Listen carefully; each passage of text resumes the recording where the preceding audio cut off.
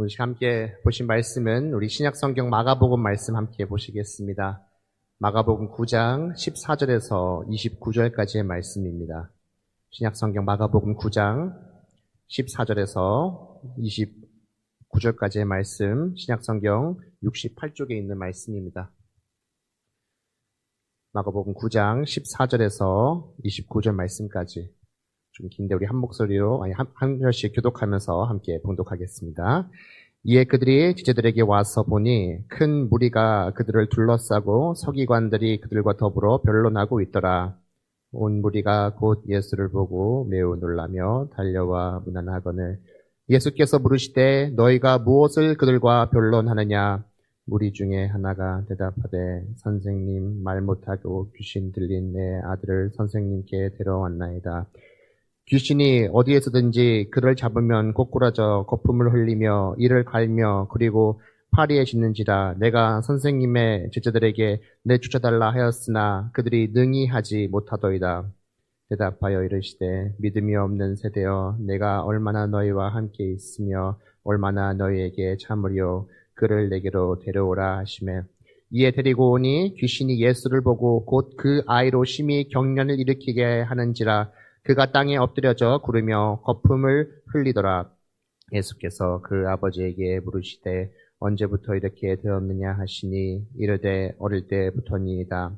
귀신이 그를 죽이려고 불과 물에 자주 던졌나이다. 그러나 무엇을 하실 수 있거든 우리를 불쌍히 여기사 도와주옵소서. 예수께서 이르시되 할 수 있거든이 무슨 말이냐? 믿는 자에게는 능히 하지 못할 일이 없느니라 하시니 곧 그 아이의 아버지가 소리를 질러 이르되 내가 믿나이다. 나의 믿음 없는 것을 도와주소서 하더라.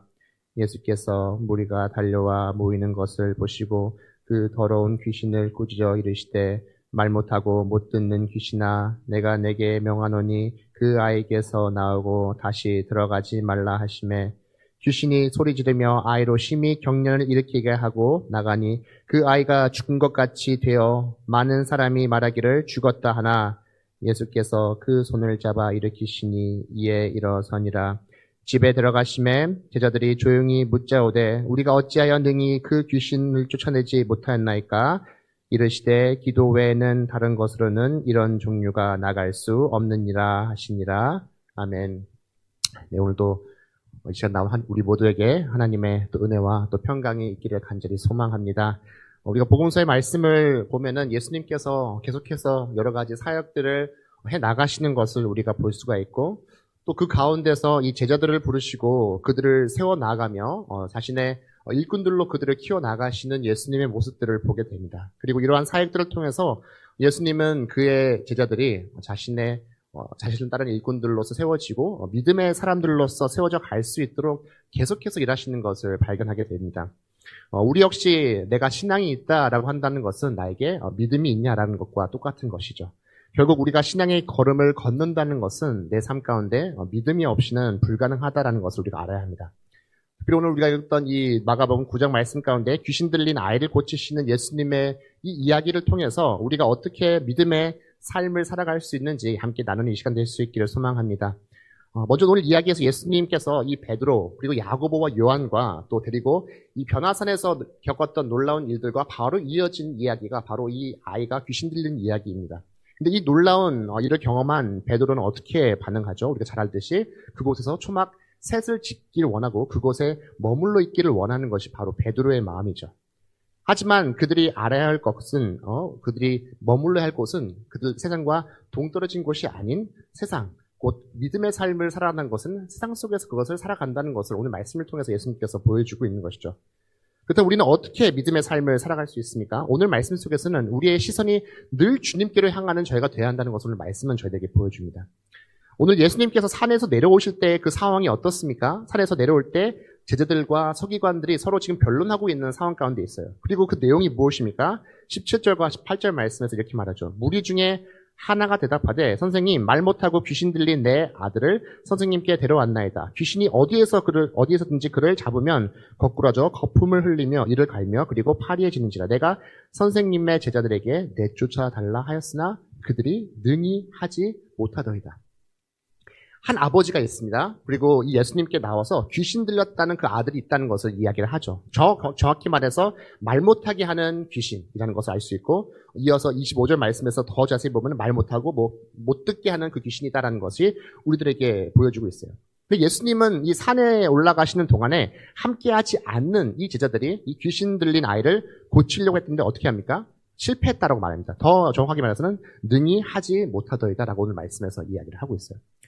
한편으로 우리는 제자들이 이런 일들을 과연 행할 수 있을까? 과연 제자들이 이런 일들을 행하는 것이 맞을까 생각할 수 있어요. 대체로 복음서의 말씀 속에서 이적들과 기적들을 행하고 또 이런 축사의 능력들을 행하는 것은 대부분 예수님께서 우리들에게 보여주셨던 사역들이죠.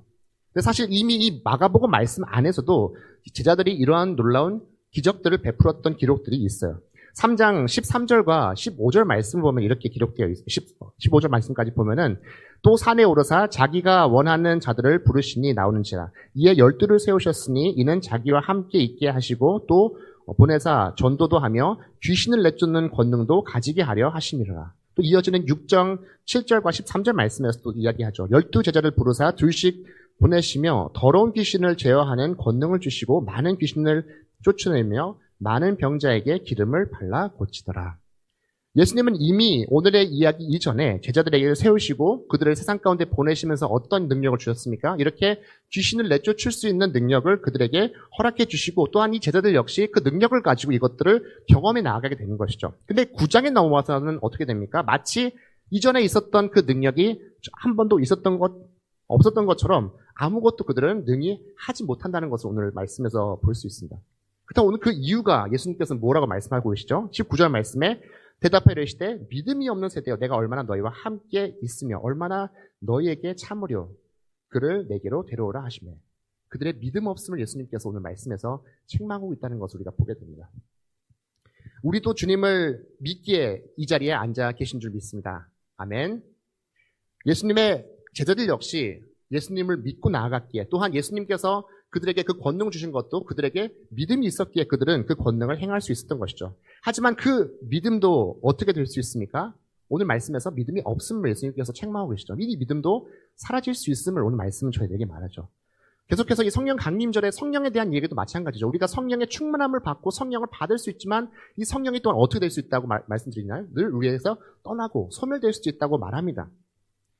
우리도 한때는 은혜를 뜨겁게 받았다고 또 놀라운 그 신앙의 경험을 했었다고 믿음 안에서 하나님의 놀라운 권능과 능력들을 경험했다고 신앙이 거기서 끝나는 것이 아님을 오늘 말씀은 다시 저희들에게 보여주고 있는 것이죠.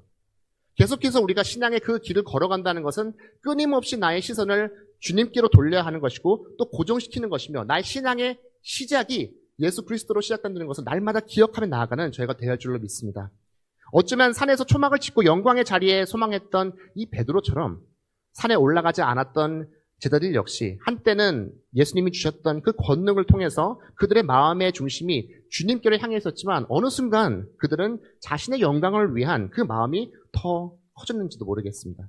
이에 어쨌든 예수님은 오늘 말씀 속에서 그들의 믿음을 책망하고 있는 것을 우리가 볼 수가 있는 것이죠. 근데 우리가 신앙을 지키며 믿음을 잃지 않는 것이 왜 우리들에게 중요할까요? 왜 날마다 우리는 주님을 바라보면서 신앙의 그 길을 이어나가야 할까요? 분명 우리가 신앙의 길을 걷는 동안에 믿음이 연약해지는 순간들도 있어요. 믿음의 앞에서 넘어지는 일들도 흔히 있습니다. 근데 이것이 믿음이 없으면서 그냥 단순히 끝나면 믿음이 약해지는 것을 끝나면 되겠지만 믿음이 없이로까지 이것이 갈 수 있다는 것이죠. 물론 우리가 믿음이 연약해지면 힘겨울 수 있습니다. 넘어질 수 있어요.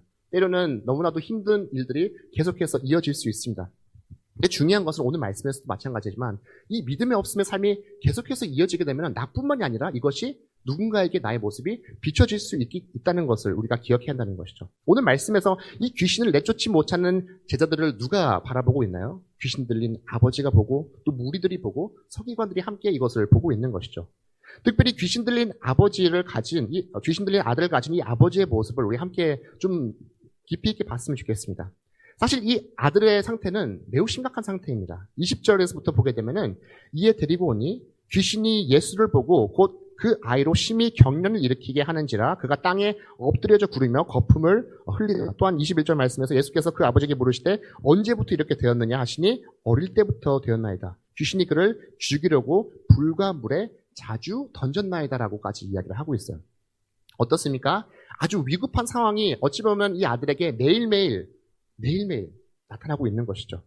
아버지의 마음은 어떻습니까? 당장이라도 내 아들이 고침받고 싶은 것이 이 아버지의 마음이죠. 하지만 아버지는 어떻습니까? 이미 한번 제자들이 실패한 것을 그는 봤던 것이죠. 그래서 22절 하반절 말씀에서 어떻게 고백합니까?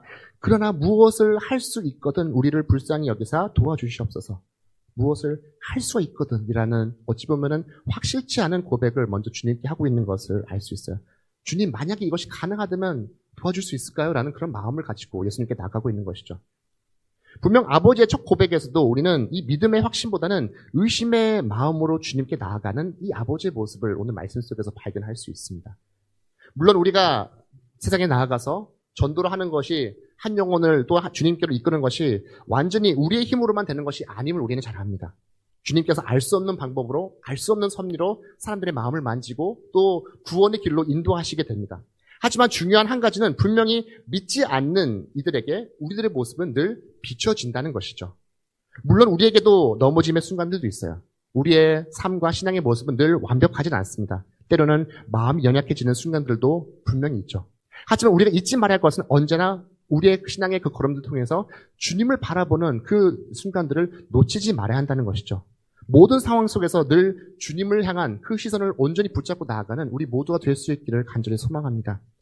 또 믿음의 삶을 살기 위해서는 우리는 또 어떻게 해야 할까요? 주님 앞에 우리 입술로 그 믿음을 고백해 나아가는 저희가 되어야 할 줄 믿습니다.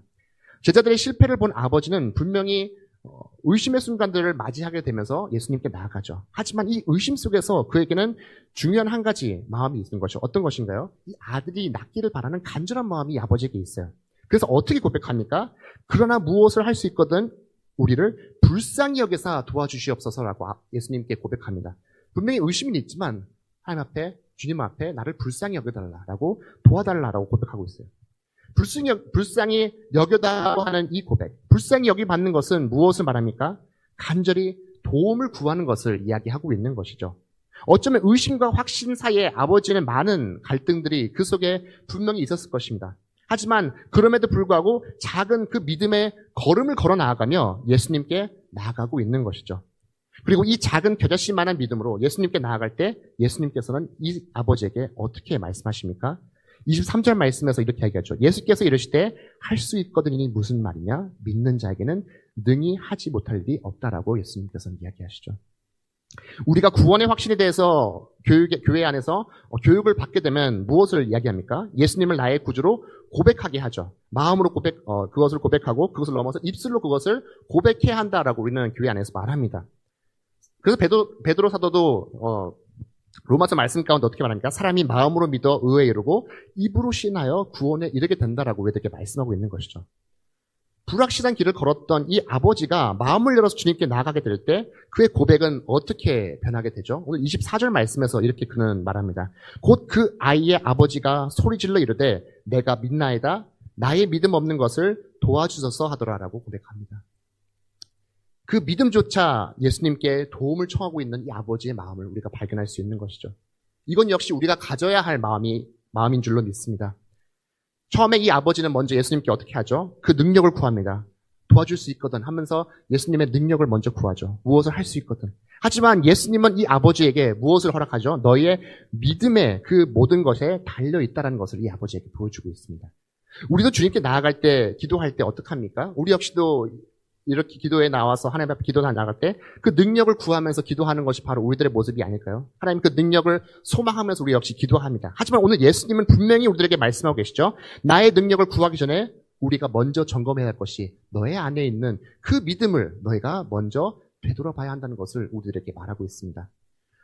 우리는 오늘 이 예수님께서 나아가는 이 아버지의 모습을 통해서 믿음 없는 이 세대 가운데서 예수님께서 전하시는 그 말씀이 무엇인지를 우리가 분명히 알아야 합니다.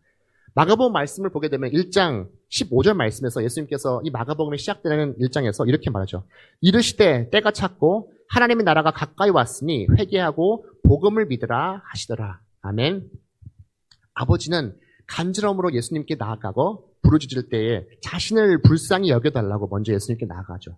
이게 무엇입니까? 바로 회개하는 마음을 가지고 예수님께 나아가는 것입니다.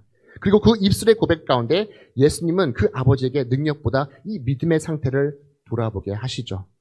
우리가 주님께 나아갈 때 불쌍히 여겨달라고 하는 이 회개의 고백과 또 주님을 나의 구주로 고백하는 믿음의 고백이 날마다 우리 입술을 통해서 고백되어지는 우리의 삶이 될 수 있기를 간절히 소망합니다. 또 세 번째로 우리가 믿음의 삶을 살기 위해서는 늘 우리들의 손이 주님 안에 붙들리는 그런 신앙의 길을 걸어가는 저희가 되어야 할 줄로 믿습니다. 이 귀신 들렸던 아이는 어떻게 됩니까? 결국 예수님께서 그 귀신 들렸을 때 그 귀신이 나가라고 할 때 경련을 일으키고 땅에 엎드려져서 구르며 거품을 흘리기도 했다라고 합니다. 아버지의 고백으로는 귀신이 그를 죽이려고 불과 물에 자주 던졌다고도 고백하죠. 그런데 예수님의 이 명령 앞에 귀신 떠나고 이제 어떻게 됩니까? 26절 말씀에서 이렇게 얘기하죠. 귀신이 소리 지르며 아이로 심히 경련을 일으키게 하고 나가니 그 아이가 죽은 것 같이 되어 많은 사람이 말하기를 죽었다 하나. 그의 모습이 어떻다라고 성경은 기록합니까? 마치 죽어있는 것 같다라고 이야기하고 있는 것을 보게 됩니다. 사실 오늘 말씀 속에서 많은 사람들이 등장하죠. 귀신을 쫓기 위해서 나타나는 제자들, 또 이들과 변론하는 서기관들, 귀신 들린 아이와 또 그의 아버지와 무리들. 그리고 오늘 이야기에서 이 모든 것들을 관통하는 한 가지 단어가 있다면 바로 믿음일 것입니다.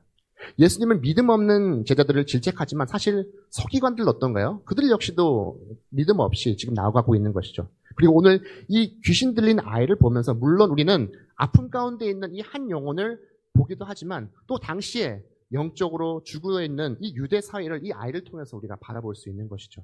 그래서 오늘 우리가 극명하게 볼 수 있는 것이 귀신의 지배를 받던 그 삶과 이후에 하나님의 통치가 이루어진 그 삶의 차이를 오늘 말씀 속에서 바라볼 수 있는 것이죠. 귀신이 떠나고 마치 죽은 아이에게 예수님께서는 이제 다가섭니다. 그리고 27절 말씀에서 이렇게 얘기하죠. 예수께서 그 손을 잡아 일으키시니 이에 일어나시니라 라고 말합니다. 특별히 여기에서 등장하는 이 일으켰다라고 하는 이 단어, 에게로라고 하는 단어는 부활의 용어로 사용되어지는 단어입니다. 결국 그 주체가 누구입니까? 하나님께서 주체가 되어서 일으키실 때 주로 사용되는 단어가 바로 이 단어인 것이죠. 다시 말해 우리가 믿음으로 살아가는 것도 나의 노력과 마음으로 되는 것이 아님을 말씀은 다시 한번 저희들에게 보여주고 있습니다. 예수님께서 아이의 손을 붙잡고 일으키신 것처럼 우리도 주님의 그 손에 붙들린 삶을 살아가야 한다는 것은 오늘 마가복음 말씀은 저희들에게 보여주고 있는 것이죠. 오늘 귀신 들린 이 아이처럼 나는 죽고 예수로 다시 부활하여 살아가는 그 삶을 살아갈 때 고통과 아픔, 고난의 삶에서 예수님은 저희들을 평안과 평강의 삶, 위로의 삶을 저희들에게 예비해 주고 계시다는 것을 오늘 말씀은 저희들에게 보여주고 있습니다. 늘 주님 앞에 붙들려서 그 평강의 삶을 살아가는 우리 모두가 될 수 있기를 간절히 소망합니다. 이 아이는 이제 고쳐졌습니다. 하지만 오늘의 이 이야기는 아직 끝나진 않았죠. 아직 믿음 없는 제자들의 모습이 오늘 말씀 속에서 남아 있습니다. 이제 제자들은 28절 말씀에 예수님께 이렇게 묻죠. 집에 들어가심에 제자들이 조용히 묻자오되 우리는 어찌하여 능히 그 귀신을 쫓아내지 못했나이까. 그래서 예수님께서 이어지는 말씀에서 이렇게 대답하시죠. 이르시되 기도 외에는 다른 것으로는 이런 종류가 나갈 수 없다라고 말씀하십니다. 오늘 이 마가복음 말씀과 병행 구절을 이루고 있는 마태복음 말씀 속에서 17절, 21절 말씀에 이 똑같은 말씀이 등장하는데 이 마태복음 말씀 보게 되면은 이 가로쳐놓고 없음이라고 되어 있어요. 밑에 보면 이 각주가 되어 있어요. 각주에는 이렇게 기록이 되어 있습니다. 기도와 금식이 아니면 이러한 유가 나가지 아니하니라. 그러니까 마가복음에서 조금 더 확대되어서 얘기하고 있는 것을 볼 수 있죠. 마가복음에서는 이 기도 외에는 이라고 얘기했지만 마태복음에서는 기도와 금식이 아니면 이런 유가 나가지 아니한다라고 말합니다. 기도와 금식이라고까지 확대하면서 오늘 말씀에서 마태복음 말씀에서는 이야기하죠. 먼저 생각해 봐야 할 것이 우리가 기도에 대해서 한번 생각해 봤으면 좋겠습니다. 우리는 왜 기도합니까? 기도가 과연 뭘까요? 사실 우리가 기도할 때 많은 것을 또 구하며 또 하나님을 찾고 무언가 나의 마음속에 있는 그 응어리들도 풀기 위해서 많이 기도하기도 합니다. 근데 정말로 기도하는 것은 무엇입니까? 우리는 왜 기도합니까? 결국 내가 기도한다는 것은 이제는 내 힘과 내 능력으로는 더 이상 아무것도 할 수 없기 때문에 우리는 기도할 수밖에 없는 것이죠. 이제는 내 힘으로 안 되기에 매달리며 나아가는 것이 바로 이 기도의 시간입니다. 이것과 함께 오늘 이 마태복음 말씀에서는 금식도 말하고 있어요. 우리가 음식을 먹지 않는 것도 역시 이제는 내가 이 육신의 힘으로 아무것도 할 수 없다라는 것을 이야기하는 것이죠.